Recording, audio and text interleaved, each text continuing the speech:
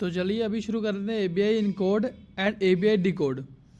तो ये सब शुरू करने से पहले मैं एक बात बता दूं, जो हमने पहले भी थोड़ी सी प्रैक्टिस कर रखी है इस चीज़ की। जब हमने फंक्शन सिलेक्टर पढ़ा था कि हम डेटा को अपने किस तरह से एनकोड कर सकते हैं बाइट्स में, और हमने ये नहीं करा था कि किस तरह से उसको डिकोड कर सकते हैं बाइट टू बैक स्ट्रिंग या वट एवर डेटा टाइप, ठीक है, जो हमने पहले यूज़ किया था। तो ठीक है, तो ऐसे हम कर सकते हैं। तो अभी हम करेंगे ABI encode and ABI decode. तो देखो पहले समझ लेते हैं इन दोनों का काम क्या है। तो जो ABI इनकोड है ना, वो क्या करता है कि वो कोई भी डेटा टाइप, चाहे वो स्ट्रिंग हो या स्ट्रक्ट हो, जो भी डेटा टाइप है हम चाहते हैं, जो भी हम डेटा टाइप यूज़ कर रहे हैं, उस डेटा टाइप को, उस पर्टिकुलर डेटा टाइप को वो बाइट्स में कन्वर्ट कर देगा। जैसे कि कॉल डेटा के एग्जाम्पल वगैरह में हमने देखा था कि बाइट्स में कन्वर्ट कर देते डेटा को, ठीक है, ABI इनकोड।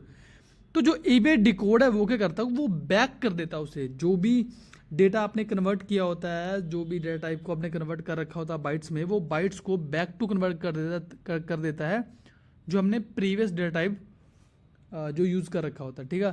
तो हम पहले ये देख लेते हैं यार, ABI एनकोड एंड डिकोड देख लेते हैं। मैं कॉन्ट्रैक्ट वाले पे जाऊंगा, अपने फोल्डर पे वहाँ एक फाइल बनाऊंगा, encode and decode dot sol, ठीक है। यहाँ पे मैं जाऊंगा, पहले इस चीज़ को डिफाइन कर लेंगे कि ओके। तो मैं एक सिंपल सा पहले एक एग्जांपल लेते हैं यार, एक कॉन्ट्रैक्ट लिखते हैं, एनकोड एंड डिकोड लिखता हूँ मैं इसे, ठीक है। मैं इसमें एक लिखता हूँ स्ट्रिंग, हम इसे स्ट्रिंग नहीं बनाएंगे, हम इसे पहले बनाएंगे बाइट्स लेंगे हम। मैं बाइट्स स्टोर करवाऊंगा, बाइट्स पब्लिक के क्या हो रहा है आज, पब्लिक एंड मैं इसको पहले दे दूँगा encode and encoded encoded data, ठीक है। मैं ऐसे रख दूँगा।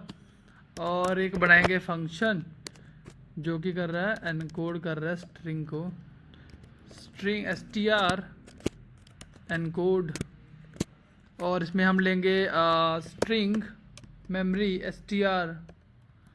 मैं बना दूंगा इसे पब्लिक बार बार क्यों गलत हो जाता है, पब्लिक। तो ओके, अभी मैं करूँगा रिटर्न करूँगा मैं, ओके। रिटर्न मैं लिख नहीं सकता, मैंने रिटर्न करवाया नहीं है, तो पहले मैं लिखूँगा ABI एनकोडेड डेटा को मैं इक्वल कर दूँगा ABI डॉट एनकोड। तो यहाँ पे मैं पास करूँगा _str। तो ठीक है, ये हो गया है हमारा एनकोड। ABI डॉट इनकोड ने क्या किया, ABI डॉट इनकोड ने इस डेटा को, जो कि स्ट्रिंग टाइप का है, इसको इसने बाइट्स में कन्वर्ट कर दिया, और बाइट्स वाले डेटा को मैंने इसमें स्टोर करवा लिया। ये बाइट्स ही है। अगर देखो, अगर मैं इसकी वैल्यू चेंज कर दूँ ना, मैं स्ट्रिंग लिख दूँ, तो ये एरर दे रहा है। यानी कि मैं स्ट्रिंग को, अगर ये मेरा स्ट्रिंग का डेटा टाइप है, मैं स्ट्रिंग के डेटा टाइप की जो वैल्यू है उसमें मैं बाइट्स नहीं स्टोर करवा सकता।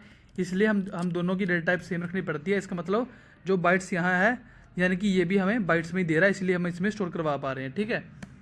अभी एक और फंक्शन बनाते हैं जो क्या करेगा, डिकोड कर देगा, ठीक है। ओके, ठीक है, इसने मेरे को ठीक दे दिया। देखो ए सेम मेथड यहाँ पे है, ABI डॉट डिकोड मेथड लगाऊंगा, और मुझे कौन सा डेटा डिकोड करवाना है, ये वाला बाइट में दे रहा है। ये यहाँ पे मैं बाइट में पास कर रहा हूँ, मैं कॉल डेटा पास कर रहा हूँ यहाँ पे, बाइट वाला डेटा मैं यहाँ पास कर रहा हूँ।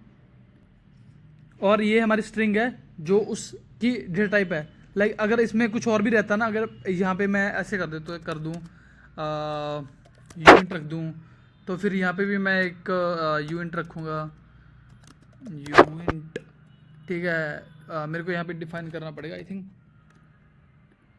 Unit, okay. क्या कर दिया मैंने, यूनिट रखूँगा, और मैं रखता हूँ इसकी वैल्यू x। यहाँ पे मेरे को x पास करना है, तो इस तरह से मेरे को, तो यहाँ पे मैं बता सकता हूँ कि मेरे को कौन सी वैल्यू चाहिए उसमें से, ठीक है। हम पहले दो चीज़ें करके देखते हैं। पहले हम इसको नहीं करेंगे, पहले हम ऐसा रखेंगे, मैं इसको हटा दूंगा, इसको भी हटा दूंगा str, ठीक है। मैंने जो चीज़ मेरे आर्गूमेंट थे मैंने पास कर दी यहाँ पे, और कौन सा डेटा मेरे को डिकोड करवाना मैंने वो पास कर दिया। अभी थोड़ा इसे टेस्ट कर लेते हैं। डिप्लॉय वाइल जाएंगे, डिप्लॉय एनकोड क्लास को डिप्लॉय कर देंगे और फिर देखेंगे एनकोड डेटा। पहले str, ठीक है, str में मैं पास कर देता हूँ हैप्पी, पास कर दिया। एनकोड डेटा में जाऊँगा तो मेरे को कॉल डेटा दिख रहा है, ये है मेरा कॉल डेटा, यानी कि मेरी ये स्ट्रिंग का कॉल डेटा है। अब ये बैक इस कॉल डेटा का यूज़ करके मैं वो स्ट्रिंग निकलवा सकता हूँ इससे, ठीक है। मैं डिकोड पे क्लिक करूँगा तो मेरे को हैप्पी मिल रहा है, यानी कि यहाँ पे क्या हो गया, पहले मैंने स्ट्रिंग पास किया, उसने मेरे को डेटा दे दिया मेरा, और फिर उसने क्या किया, फिर उसने ये हमने उसको जो डेटा कॉल डेटा लिया था हमने बाइट्स में कन्वर्ट करवाया था, उस सेम कॉल डेटा को हमने यहाँ यूज़ किया और उसे डिकोड करवा दिया। अब एक छोटी सी और चीज़ देख लेते हैं।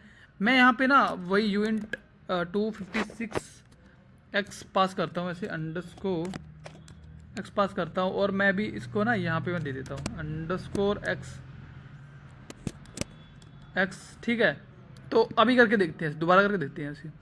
डिप्लॉय इसमें अब आ जाता हूँ, मैं लिखता हूँ हैप्पी 1 2 3 डिकोड। एनकोड में जाऊँगा तो ये मेरा डेटा, डिकोड में जाऊँगा तो क्या मिल रहा है, हैप्पी मिल रहा है। क्यों? क्योंकि मैं सिर्फ हैप्पी ही रिटर्न करवा रहा हूँ यहाँ पे, ठीक है।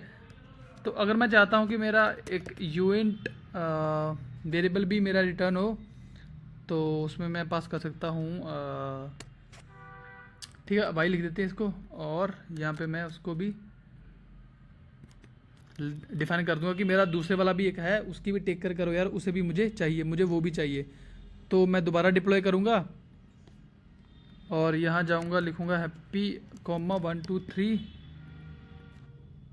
एनकोड करूँगा, फिर दोबारा डिकोड करूँगा, तो देखो मेरे को दोनों मिल गए, ठीक है। तो मैं इस तरह से भी कर सकता हूँ।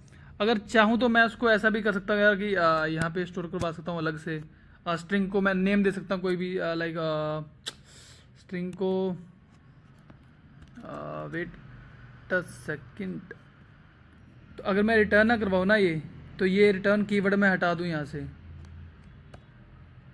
ओके, मैं रिटर्न कीवर्ड ही हटा दूँ ऐसे, तो मैं इसमें स्टोर करवा सकता हूँ ये चीज़ें, ठीक है। तो ऐसे ये मेमोरी में स्टोर हो चुके हैं, तो मैं इनको आगे यूज़ भी कर सकता हूँ। तो कुछ इस तरह से भी मैं इनका जो डेटा वो निकलवा सकता हूँ। बट अभी के लिए यार ऐसे ही ठीक है, हमें डेटा दे रहा है, तो हमने ये देख लिया, एनकोड एंड डिकोड दोनों देख लिए। पर देखो अभी इनका यूज़ देखो क्या है। इनका यूज़ होता है जब भी हम कॉल डेटा वगैरह करते हैं, जब फंक्शन सेलेक्टर वगैरह हम कॉल करते हैं, तो तब क्या होता है कि हम बाइट्स में कर रहे होते हैं उनको, है ना। बाइट्स में डेटा फंक्शन सेलेक्टर हम कैसे निकालते हैं आपको पता है ना, बाइट्स में हमने पढ़ रखा है फंक्शन सेलेक्टर वाला। अभी थोड़ा सा रियल वर्ल्ड एग्जांपल देख लेते हैं इसका, फिर ये टॉपिक खत्म करेंगे, ठीक है। तो यहाँ पे हम एक सेकंड कॉन्ट्रैक्ट को हम बना लेते हैं, फिर उसको देखेंगे हमने, क्योंकि बेसिक हमने समझ लिया, अब हमें बेसिक पता है तो हम इन चीज़ों को कर सकते हैं, जो भी हम अभी मैं एग्जांपल दूंगा हम वो कर सकते हैं, ठीक है।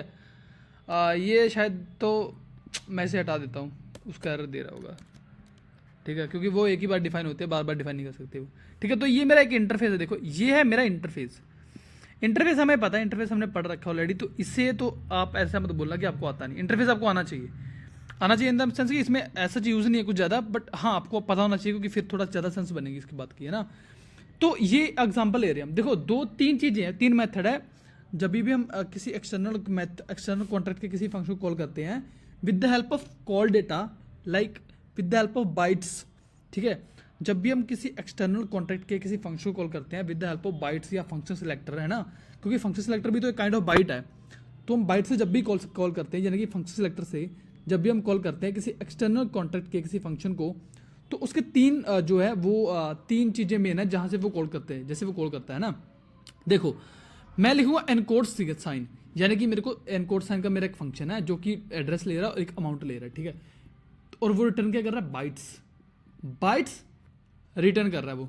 तो मैं यहाँ पे क्या लिखूंगा, ये क्या है, रिटर्न क्या कर रहा है, ABI dot encode with signature, यानी कि पहले मैं सिग्नेचर पास करूंगा उसमें, जो भी मेरा सिग्नेचर है, यानी कि जो भी फंक्शन मैं कॉल करवाना चाहता हूँ।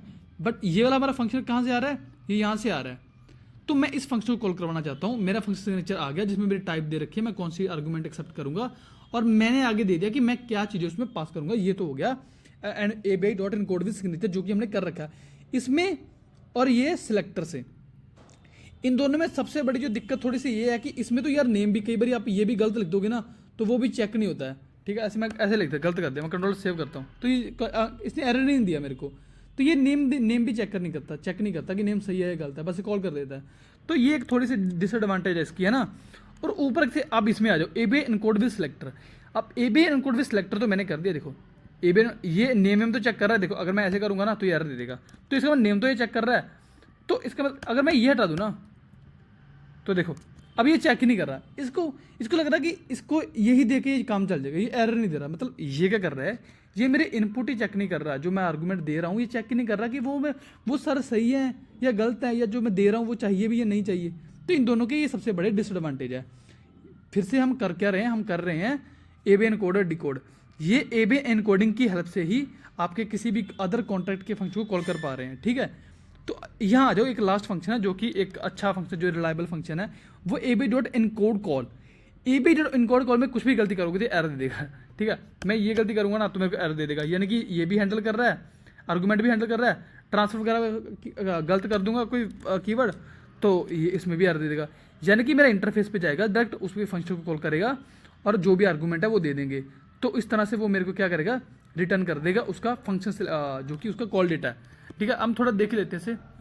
मैं डिप्लॉय करता हूँ इसको, एबीआई एग्जाम्पल को डिप्लॉय करता हूँ, डिप्लॉय कर दिया मैंने।